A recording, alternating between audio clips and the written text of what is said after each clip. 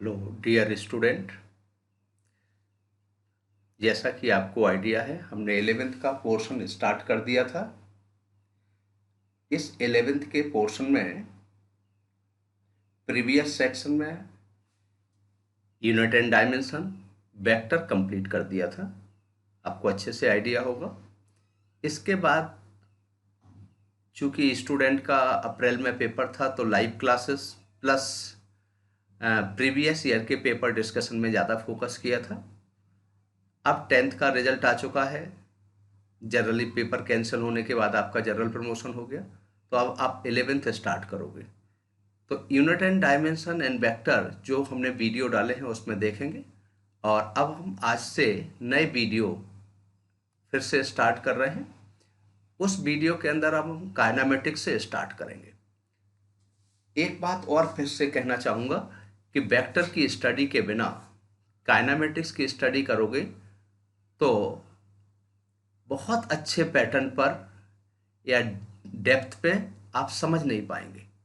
तो स्टूडेंट से एक रिक्वेस्ट है, डायरेक्शन है कि वो सबसे पहले वेक्टर को बहुत अच्छे से करें। और वेक्टर के सारे वीडियो में डाल चुका हूं।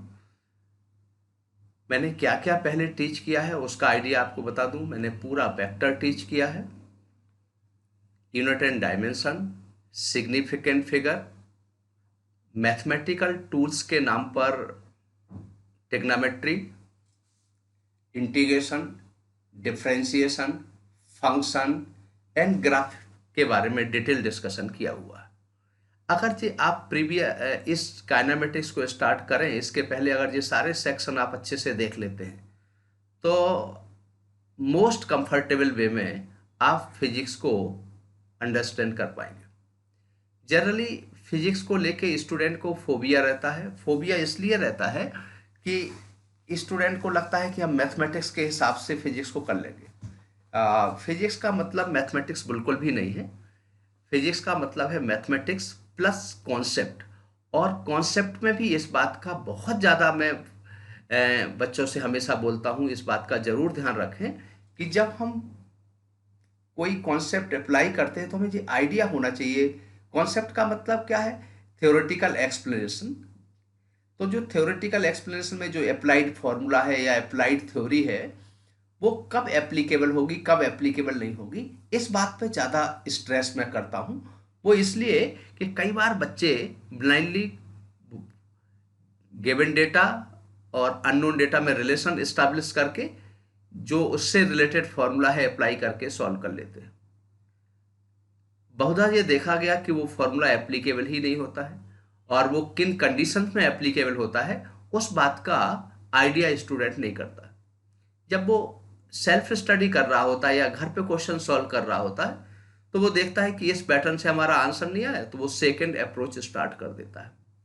अगर सेकंड अप्रोच से भी क्वेश्चन नहीं आया तो थर्ड अप्रोच स्टार्ट कर देता है। और सपोज करो थर्ड अप्रोच से आंसर आ गया, तो first and second method apply क्यों नहीं हुआ उस पर वो कभी नजर नहीं डालता, ना कभी इस बात पे थिंक करता है। अब जब कंपटीशन में बैठता है तो वो किसी भी मेथड को अप्लाई कर लेता है।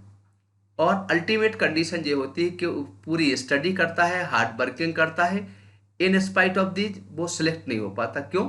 उसने जो मेथड अप्लाई किया वो एप्लीकेबल ही नहीं था और उसे आइडिया भी नहीं था। दूसरा, जनरलाइज फॉर्मूले हमें पता होना चाहिए, जो कि मैं आने वाले टाइम पे बताऊंगा। थर्ड, हम आपको वो ट्रिक्स भी बताएंगे जिन ट्रिक्स के बिहाफ पर क्वेश्चन गिवन टाइम में सॉल्व हो जाएगा। अब जैसा कि हमने बताया था कि फिजिक्स के अंदर जितनी भी फिजिकल क्वांटिटीज होती हैं उनको आपने देखा था 7 कैटेगरी के अंदर डिवाइड किया था। वैसे तो हमने कहा था फिजिक्स की जितनी भी फिजिकल क्वांटिटी है वो 3 कैटेगरी के अंदर डिवाइड किया था। सॉरी, 7 नहीं, 3 कैटेगरी के अंदर डिवाइड किया था। Fundamental, supplementary fundamental and drive. Fundamental quantity को 7 फंडामेंटल क्वांटिटीज होती हैं जिस पे हमने डिटेल डिस्कशन किया था। उसमें भी हमने बताया था फर्स्ट 3 क्वांटिटी मैकेनिक्स में इन्वॉल्व होती, लेंथ, मास एंड टाइम। तो आज से जो हमारी क्लास स्टार्ट होना है वो मैकेनिक्स से स्टार्ट होना है। और सबसे पहले देखना है कि मैकेनिक्स का मतलब क्या है और मैकेनिक्स में हम किस चीज की स्टडी करते हैं। किसकी बात करना है? मैकेनिक्स की। मैकेनिक्स में वास्तव में हम पार्टिकल की position, distance, displacement, force, torque, यानी पार्टिकल का मोशन और पार्टिकल के मोशन के लिए जो रिलेटेड कॉज होते हैं उनकी स्टडी हम मैकेनिक्स के अंदर करते हैं। मैकेनिक्स के अंदर हम किसकी स्टडी करते हैं? मैकेनिक्स के अंदर हम फोर्सेस वगैरह की स्टडी भी करेंगे और मोशन, डिस्प्लेसमेंट, इनकी कलेक्टिव स्टडी जिस ब्रांच के अंदर करते हैं उस ब्रांच को बोलते हैं मैकेनिक्स। इज इट क्लियर कि mechanics is the branch of physics which deal with the causes and effect of motion of the particle. Mechanics को जनरली हम 3 स्ट्रीम में डिवाइड करते हैं, स्टैटिक्स, काइनेमेटिक्स एंड डायनामिक्स। लेकिन IIT and medical, even school level पे भी statics का बहुत बड़ा इंपॉर्टेंस है नहीं, वो इक्विलिब्रियम के अंदर ही हम टीच कर देंगे। तो अब हम 2 पार्ट में इसको डिवाइड करेंगे मैकेनिक्स को। एक तो होता है काइनेमेटिक्स, जिसकी स्टडी आज से हमें स्टार्ट करना, और दूसरा होता है डायनामिक्स।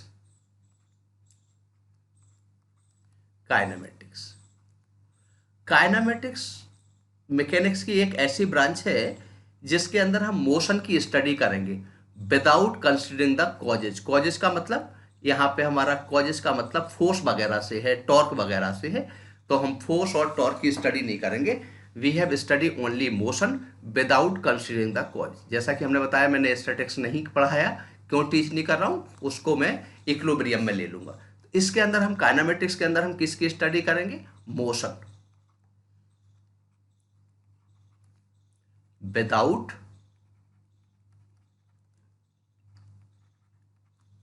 कॉजेज।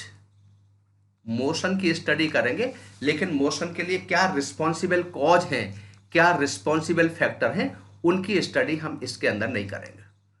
ठीक है। डायनामिक्स के अंदर हम मोशन की स्टडी भी करेंगे plus causes. Causes means force वगैरह की बात करेंगे, आप फोर्स की, टॉर्क की, डिपेंड करेगा कि ट्रांसलेटरी मोशन है या रोटेशनल मोशन है।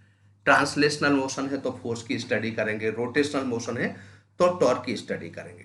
तो काइनेमेटिक्स के अंदर हम किसकी स्टडी करेंगे? मोशन, जिसके अंदर हम distance, displacement, position, rest, acceleration, इन सब की स्टडी करेंगे। अब जब हम इसकी स्टडी करते हैं तो पहला टर्म आ गया मोशन और रेस्ट। तो मोशन और रेस्ट को हमेशा फ्रेम ऑफ रेफरेंस के टर्म में मेजर करते हैं। किसके टर्म में मेजर करेंगे? Frame of reference. Frame of reference कहलाता है जिसके रिस्पेक्ट में, फ्रेम ऑफ रेफरेंस, जिसके रिस्पेक्ट में पार्टिकल की पोजीशन, फ्रेम ऑफ रेफरेंस जिसके रिस्पेक्ट में पार्टिकल की पोजीशन, पार्टिकल की वेलोसिटी या मोशन, इस सबको जिसके रिस्पेक्ट में मेजर किया जाता है उसको बोलते हैं फ्रेम ऑफ रेफरेंस। ठीक है, या रेफरेंस फ्रेम बोलते हैं। तो फ्रेम ऑफ रेफरेंस के रिस्पेक्ट में क्या करते हैं? पार्टिकल की पोजीशन वगैरह लोकेट करते हैं। जनरली हम क्या लेते हैं, जैसे हमने मोशन लिया तो उसको एक्सिस में डिवाइड कर लेते हैं, एक X axis, Y axis, Z axis, और ऑब्जर्वर को उसके ओरिजिन पर फिक्स कर देते हैं। और जब ओरिजिन पे इसको फिक्स कर दे तो इस तरीके से जो मेजर करने का एक सिस्टम बनता है उसी को फ्रेम ऑफ रेफरेंस कहते हैं। फ्रेम ऑफ रेफरेंस समझ में आ रहा? जिसके रिस्पेक्ट में पार्टिकल की पोजीशन, वेलोसिटी, डिस्प्लेसमेंट, कुछ भी मेजर किया जाता है उसको बोलते हैं frame of reference. Is it clear?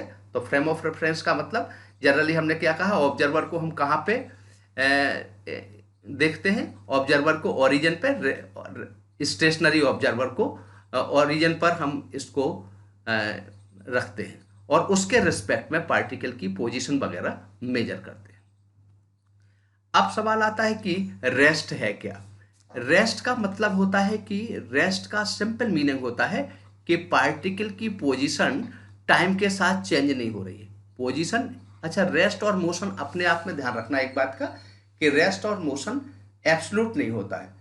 ये आपका ऑब्जेक्ट और ऑब्जर्वर की कलेक्टिव प्रॉपर्टी होती है, यानी फ्रेम ऑफ रेफरेंस के रिस्पेक्ट में मेजर किया जाएगा। तो रेस्ट का मतलब सिंपल है कि अगर पार्टिकल की पोजीशन टाइम के साथ वेरी नहीं कर रही, position is not function of time, position time के साथ पार्टिकल का चेंज नहीं हो रहा with respect to frame of reference, frame of reference के रिस्पेक्ट में पार्टिकल की पोजीशन टाइम के साथ चेंज नहीं हो रही, तो इसको रेस्ट बोलेंगे।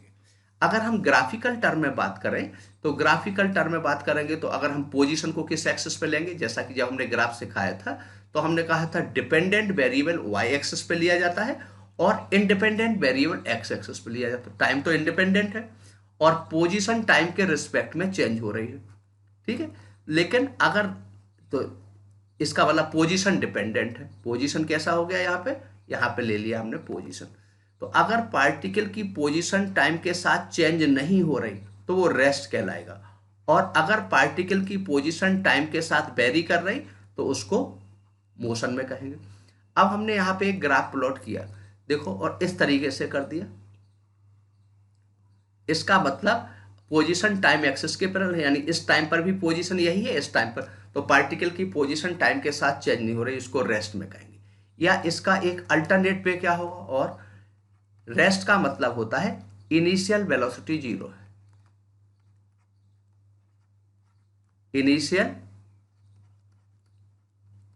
इनिशियल वेलोसिटी कितना है, जीरो, तो ये रेस्ट कहलाएगा। अगर हम इस ग्राफ के बारे में बात बताएंगे तो पोजीशन टाइम ग्राफ का स्लोप निकालते तो वो वेलोसिटी बताएगा। आपको यहां से पता चल रहा होगा कि इसका स्लोप जीरो है। अगर आपको पता होगा कि एक्स वाई एक्स कोऑर्डिनेट के साथ चेंज नहीं होता है तब स्लोप जीरो होता है। स्लोप जीरो होने का मतलब पोजीशन टाइम ग्राफ का स्लोप वेलोसिटी देगा, तो स्लोप जीरो होने का मतलब वेलोसिटी जीरो, यानी इनिशियल वेलोसिटी जीरो होगी। तो रेस्ट का मतलब पार्टिकल की पोजीशन टाइम के साथ वेरी नहीं करेगा, ठीक है। यहाँ पे हमने बताया जैसा कि कोई भी चीज कंप्लीटली रेस्ट में, नथिंग इज एब्सोल्यूट रेस्ट और absolute motion, this is the combined property of object and observe, ठीक है। एक आ गया। दूसरा टर्म आएगा हमारा, नेक्स्ट स्लाइड में मैं ले रहा हूं, दूसरा टर्म आएगा मोशन। मोशन का मतलब होता है कि पार्टिकल की पोजीशन टाइम के साथ चेंज होगी। Position is the function of time with respect to frame of reference. Particle की पोजीशन टाइम के साथ चेंज होगी। पोजीशन किसका फंक्शन होगा, position be the time dependent होगा, position be the function of time. Position time का function होगा, उसको बोलोगे मोशन, ठीक है। किसके रिस्पेक्ट में हम पहले भी बता चुके हैं कि पोजीशन मोशन हो या रेस्ट हो, यानी पार्टिकल की पोजीशन किसी रेफरेंस फ्रेम के रिस्पेक्ट में मेजर की जाएगी। रेफरेंस फ्रेम कहलाता है जिसके रिस्पेक्ट में पार्टिकल की पोजीशन वगैरह लोकेट करी जाती है। अब मान लो हमने यहाँ पे वाई एक्सिस पर पोजीशन ले लिया और एक्स एक्सिस पर टाइम ले लिया, और पोजीशन को मैंने टाइम के साथ चेंज किया, ऐसे चेंज कर दिया। चेंज करने के कई तरीके हो सकते हैं, जो मैंने चेंज किया यही एकमात्र तरीका हो, जो जरूरी नहीं है। देखो ऐसे चेंज हो रहा,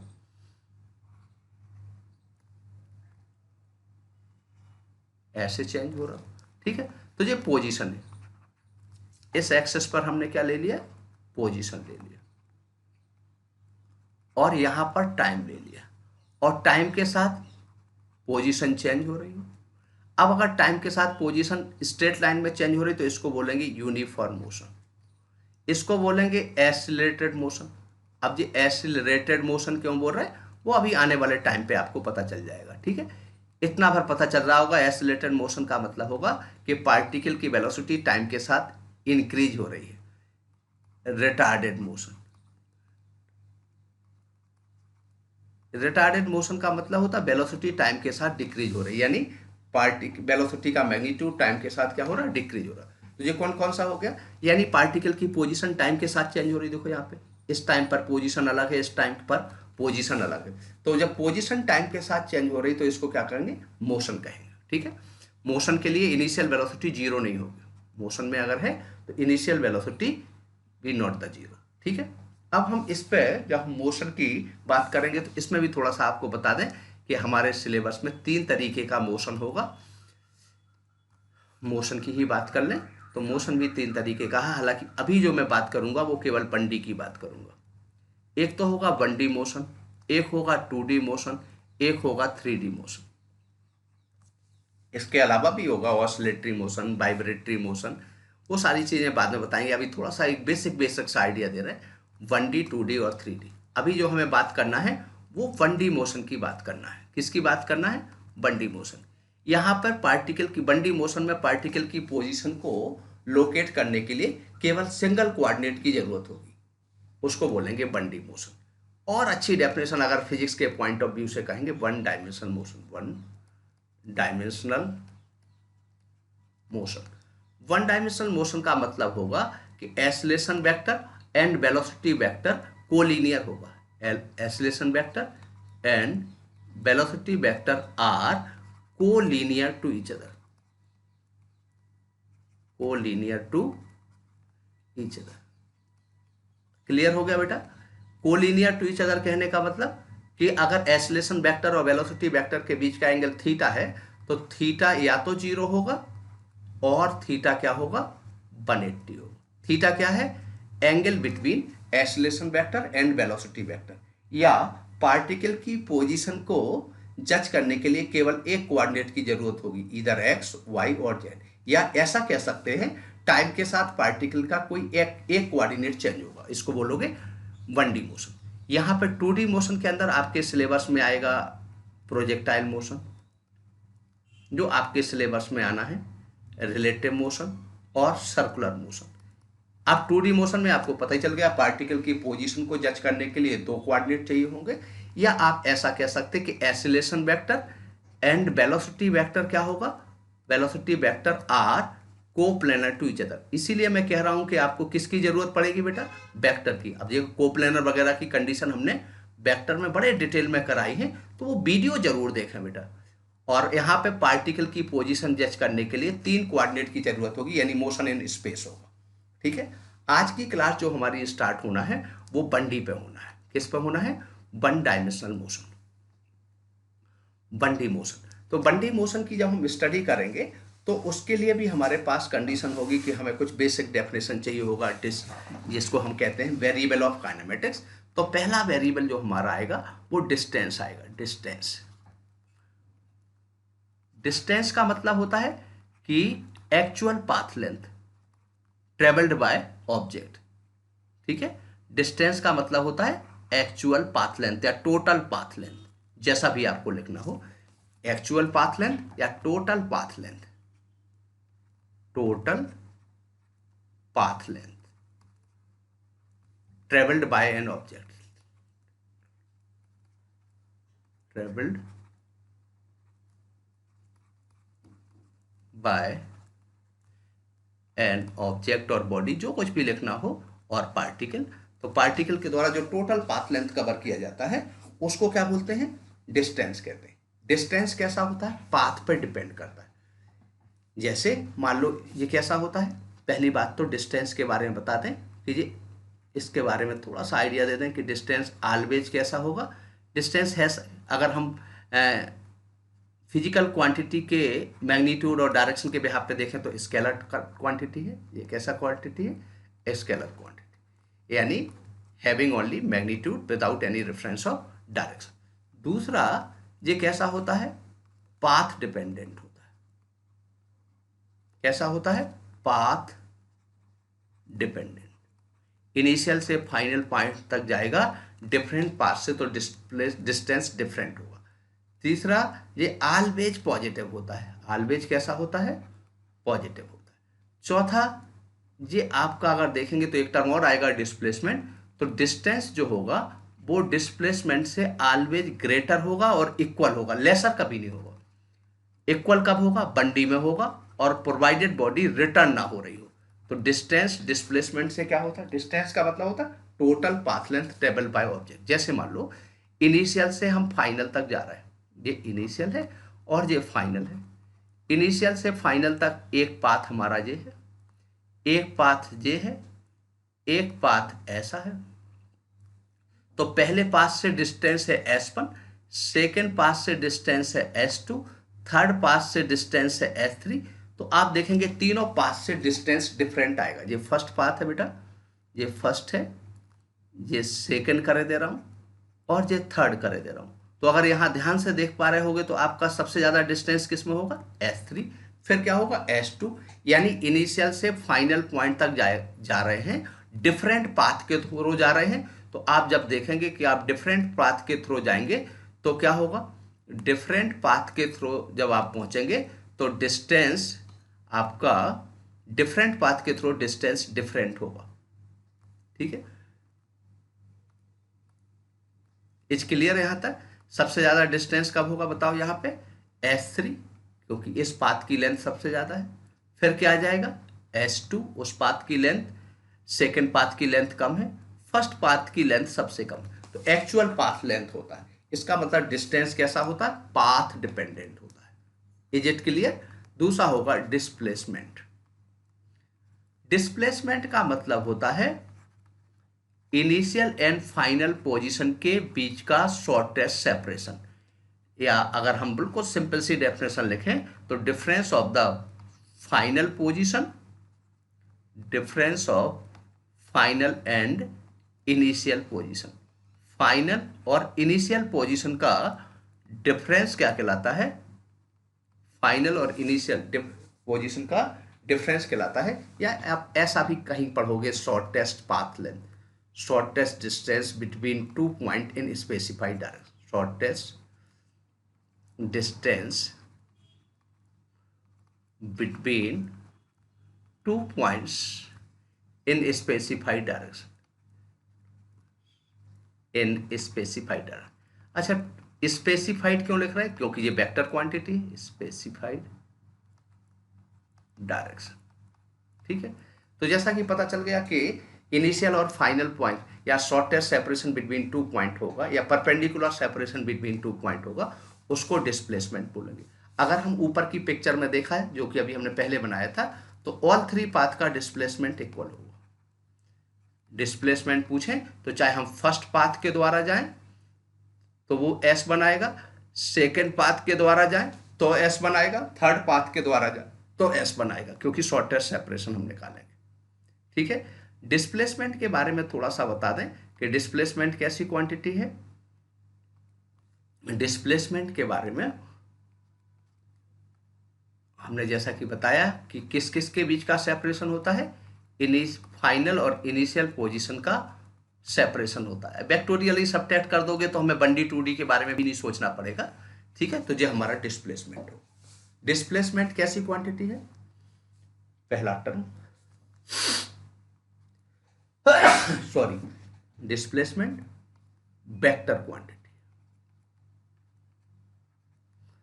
means this quantity having magnitude with respect magnitude and direction along with of a vector law of summation. दूसरा, it may be positive, it may be negative or it may be zero, positive, negative and zero.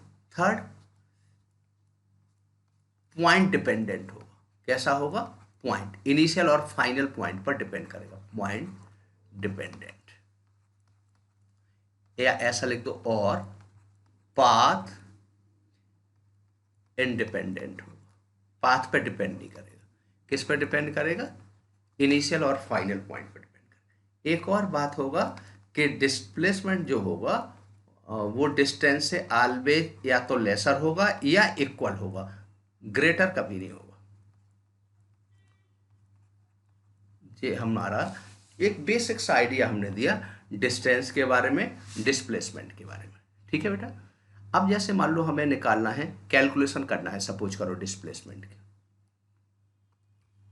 हमने suppose करो कि यहाँ पर particle की position जज कर ली, ये ग्राफिकल बात कर रहा हूँ, ये पार्टिकल की पोजीशन, ये फ्रेम ऑफ रेफरेंस है।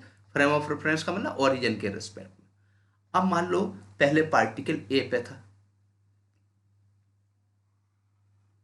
अब पार्टिकल बी पे आ गया, तो ए और बी के बीच का जो परपेंडिकुलर सेपरेशन होगा ये डिस्प्लेसमेंट कहलाएगा। ये मान लो पार्टिकल की पोजीशन, ये ए था आपका, ये आपका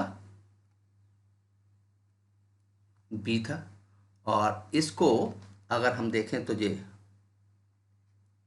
R1 कहते हैं, इसको क्या कहते हैं? R2 कहते हैं। तो ये जो होगा हमारा, ये डिस्प्लेसमेंट वेक्टर होगा। ये क्या होगा? Displacement vector. ये पॉइंट बी है सपोज करो। इज इट क्लियर बेटा? ये आपका पोजीशन वेक्टर है से R1, बी पॉइंट की पोजीशन ओरिजिन के रिस्पेक्ट में निकाली तो R2 हो गई, XY कोऑर्डिनेट है। तो इसका आपको निकालना ए से बी तक का, तो बताओ ये डिस्प्लेसमेंट कहलाएगा। तो क्या आएगा? वेक्टोरियली अगर देखोगे तो क्या लिखोगे? मान लो इसको अगर मैं R लिख दूं तो क्या लिखोगे? R1 vectorially R1 plus R equal to R2।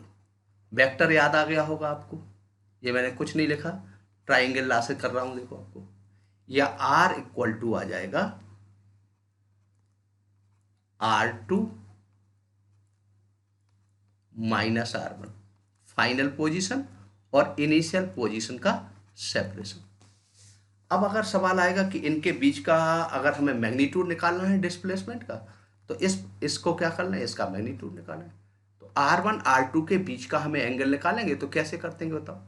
R1 का स्क्वायर यहाँ पे आएगा प्लस R2 का स्क्वायर माइनस 2R1 R2, यहाँ पे इतनी कम जगह है कि लिखना ठीक नहीं है, थोड़ा और करते हैं, यहाँ पे नीचे लिख देते हैं।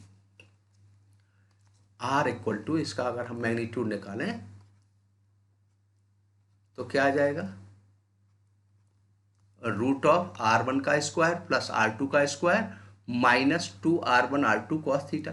हमने सब्ट्रैक्शन का भी बताया था फॉर्मूला, और समेशन का होता तो प्लस बताया था, याद आ गया।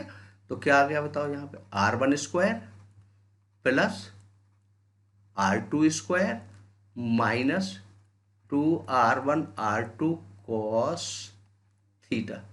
थीटा क्या है, दोनों वेक्टर के बीच का एंगल है। तो इस तरीके से हम पोजीशन वेक्टर निकाल सकते हैं। एक आध एग्जाम्पल दे रहे हैं, ठीक है। एक एग्जाम्पल बड़ा सिंपल सा, बड़ा मेरा अपना बड़ा पॉपुलर सा एग्जाम्पल रहता है जो मुझे बड़ा अच्छा लगता है। मैं एक एग्जाम्पल आपके सामने रख रहा हूँ, ठीक है। एक सर्कुलर पाथ है, आपको एक सर्कल बना दूं,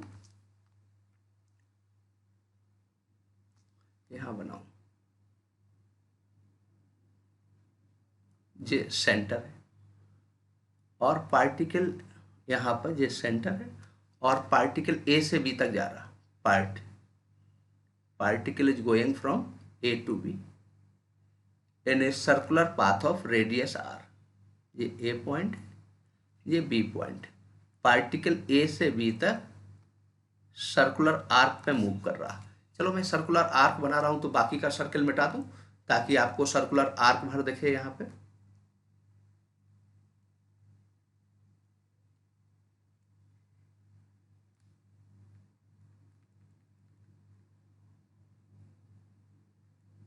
चलिए, ये सर्कुलर आर्क है, और इस सर्कुलर आर्क का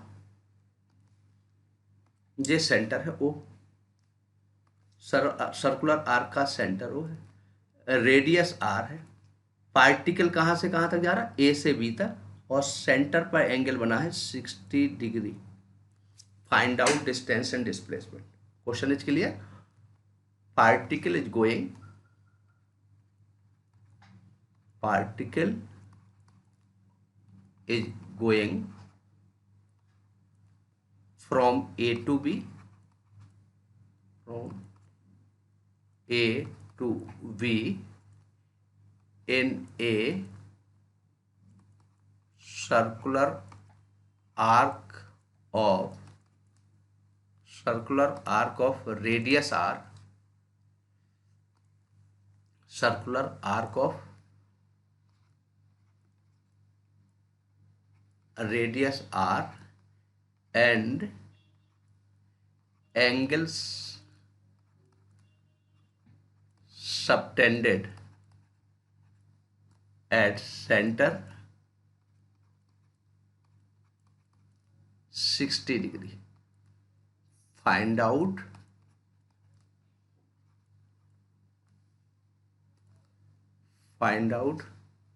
magnitude and direction of displacement. Find out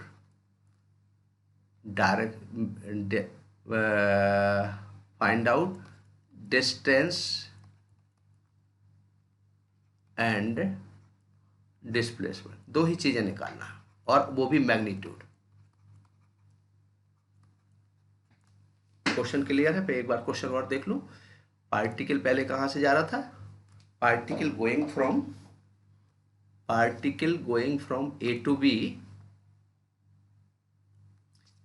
A to B in a circular arc of radius r, angle subtended at the center 60 degree. Find out distance and displacement. Clear question. अब देखो, ए से B तक का जो total path length निकालोगे वो क्या हो जाएगा आपका डिस्टेंस। डिस्टेंस निकाल रहे हैं पहले तो हम क्या निकाल रहे हैं, डिस्टेंस का मतलब सिंपल सी बात है, डिस्टेंस का मतलब total path length, distance. Distance का मतलब क्या है, टोटल पाथ लेंथ। अब आप बताओ कि पूरे सर्किल की लेंथ कितनी होती है, 2 पाई आर। तो 60 डिग्री के लिए कितना होगा, 1/6 पार्ट होगा। क्यों, पूरे सर्किल के सेंटर पे एंगल होता है 360 डिग्री। तो अगर हम 360 डिग्री के लिए देखें तो लेंथ कितना होगा, 360 डिग्री के लिए देखें तो लेंथ होगा 2 पाई आर। तो 60 डिग्री के लिए देखें तो कितना आ जाएगा, 2 पाई आर 60/360,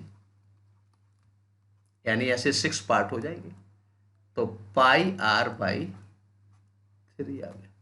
ये क्या आ गया आपका, डिस्टेंस आ गया। आपको पता है 360 डिग्री सेंटर पे एंगल होता है, तब सरकमफ्रेंस सर्किल का होगा 2 पाई आर। तो 60 डिग्री का मतलब कितना होगा, 360/60 करोगे तो 6 पार्ट हो जाएंगे। कितने पार्ट हो गए, तो 2 πr/6 कर दिया, सॉल्व कर दिया। अब हमें निकालना डिस्प्लेसमेंट।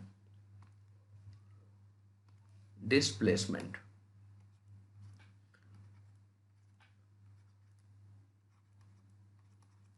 डिस्प्लेसमेंट का मतलब इनिशियल, फाइनल और इनिशियल के बीच का सेपरेशन, शॉर्टेस्ट डिस्टेंस। अब अगर शॉर्टेस्ट डिस्टेंस निकालेंगे तो बताओ यहां से यहां तक का शॉर्टेस्ट डिस्टेंस निकालना पड़ेगा। तो कितना आ जाएगा, मैं फिर से यहाँ पे मुझे सर्किल बनाना पड़ेगा, अदरवाइज मैं बार बार पीछे नहीं देख पाऊंगा।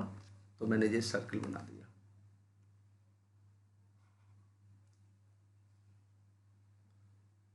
और सेंटर पे एंगल बना लिया 60 डिग्री, ये सेंटर है, और यहाँ एंगल बना लिया 60 डिग्री।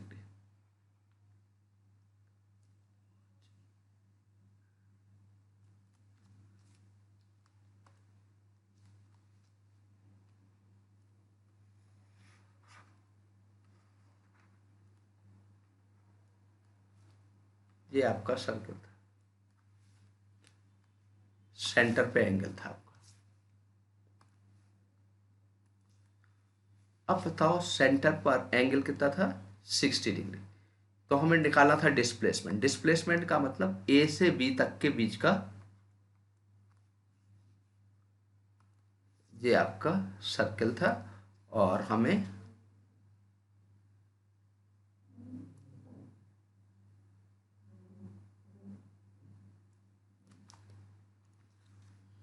ए से बी के बीच का शॉर्टेस्ट सेपरेशन निकाला। तो हमें क्या करना पड़ेगा, ए से बी के बीच में हमें परपेंडिकुलर ड्रॉ करना पड़ेगा। अब आप ध्यान से देखें, ये आर है, ये क्या है, आर है, ये भी आर है, ये एंगल है 60 डिग्री। तो ये भी आर ही होगा कि नहीं होगा, कहाँ से देखो, ट्राइंगल ला से, ए से बी के, ये आपका आर है, ये आर है। ये अगर मान लो इस एंगल को मैं एल्फा कह दूं तो ये भी एल्फा ही होगा, या थीटा कह दूं तो थीटा, क्योंकि दोनों के सामने रेडियस। तो थीटा प्लस 60 इक्वल टू 180। तो थीटा इक्वल टू 60 डिग्री आ गया। इसका मतलब ये इक्विलैटरल ट्राइंगल आ गया। तो ए से बी का परपेंडिकुलर डिस्टेंस क्या क्या, डिस्प्लेसमेंट आ गया आपका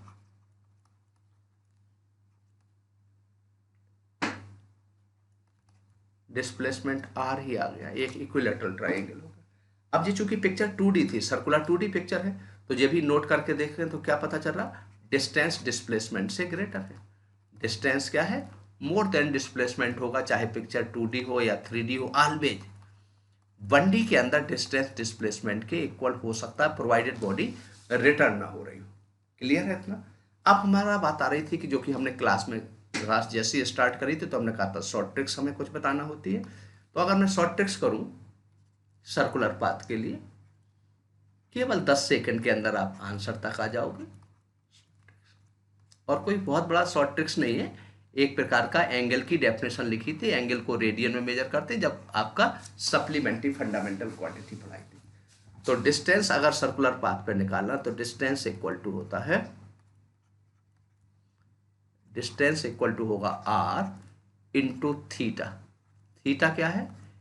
एंगल सबटेंडेड एट सेंटर। जी कहीं ऐसा ना मान लें कि आर थीटा का फंक्शन है, आर इंटू थीटा लिख दें, आर इंटू क्या लिख दिया भाई, आर इंटू थीटा। थीटा क्या है? एंड डिस्प्लेसमेंट का क्या लिखेंगे?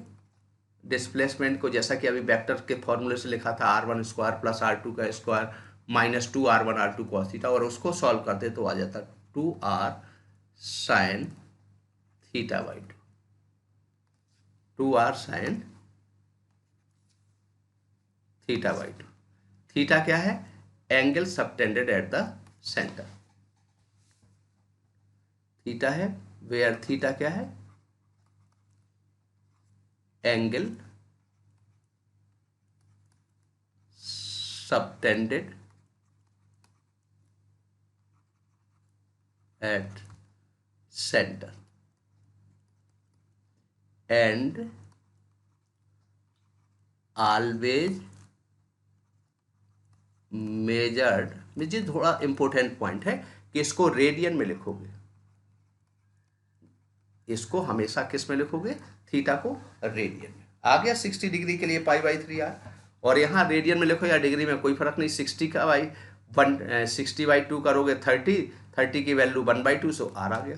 तो डिस्टेंस और डिस्प्लेसमेंट निकाल दिया। ठीक है, नेक्स्ट क्लास। अब एवरीडे एक वीडियो आपके पास आएगा बेटा, और फिर से एक बात कहूँगा कि जो हमने अभी प्रीवियस सेक्शन में जो कुछ भी पढ़ाया है उसका एक बार रिवीजन कर लें, क्योंकि हमारे पास बहुत सारे बच्चों ने अभी इंटरेक्शन किया इस चीज़ को लेके कि आपके वीडियो टोटल बंद हो गए हैं। हाँ, मैं बीच में बहुत ज़्यादा थोड़ा सा बीमार हो गया था और उस वजह से क्लास नहीं ले पाया, गले में बहुत बड़ा इन्फेक्शन था, और आज से ही फिर से मैं सारी चीज़ें स्टार्ट कर रहा हूँ। सो आप लोग थोड़ा सिंसियरली देखना बेटा, और रेगुलर अटैच रहना, और मैं रेगुलर डालूंगा तो फिर कहीं कोई डिफ़िकल्टी नहीं होगी। और नोट्स वगैरह का जहाँ तक सवाल है, वो नोट्स भी मैं आपको देने की कोशिश करूँगा। साथ ही साथ आपको टॉपिक जैसे ही कंप्लीट होगा तो उस पर डीपीपी या छोटे छोटे मॉड्यूल के टर्म में डीपीपी भी आपके साथ हमेशा शेयर करता रहूँगा। सबसे इम्पोर्टेंट पार्ट रहेगा कि मैं आपको वो तरीके भी साथ में शेयर करूँगा जिससे गिवन टाइम पर क्वेश्चन सॉल्व हो पाए। जैसे आज मैंने अपना एक HKST डाला, उसके अंदर मैंने लिखा कि एक रिंग है और रिंग पर पूरे पे चैन है और वो वर्टिकल एक्सिस के अबाउट रोटेट कर रही है, तो आपका टेंशन ऑन द रिंग निकालना है। बड़ा कॉम्प्लिकेटेड क्वेश्चन हो जाता है जब सॉल्व करते हैं। कॉम्प्लिकेटेड तो नहीं कहना चाहिए, बल्कि ये कहना चाहिए टाइम टेकिंग हो जाता है, पर 10 सेकंड में कैसे सॉल्व करना है वो तरीका मैंने शेयर किया। तो HKST भी साथ में देखें ताकि आपका उस दिशा में भी दिमाग चले कि हाँ, हमें कितने जल्दी सॉल्व कैसे किया जा सकता है, उसके लिए क्या तरीके हो सकते हैं। Thank you very much.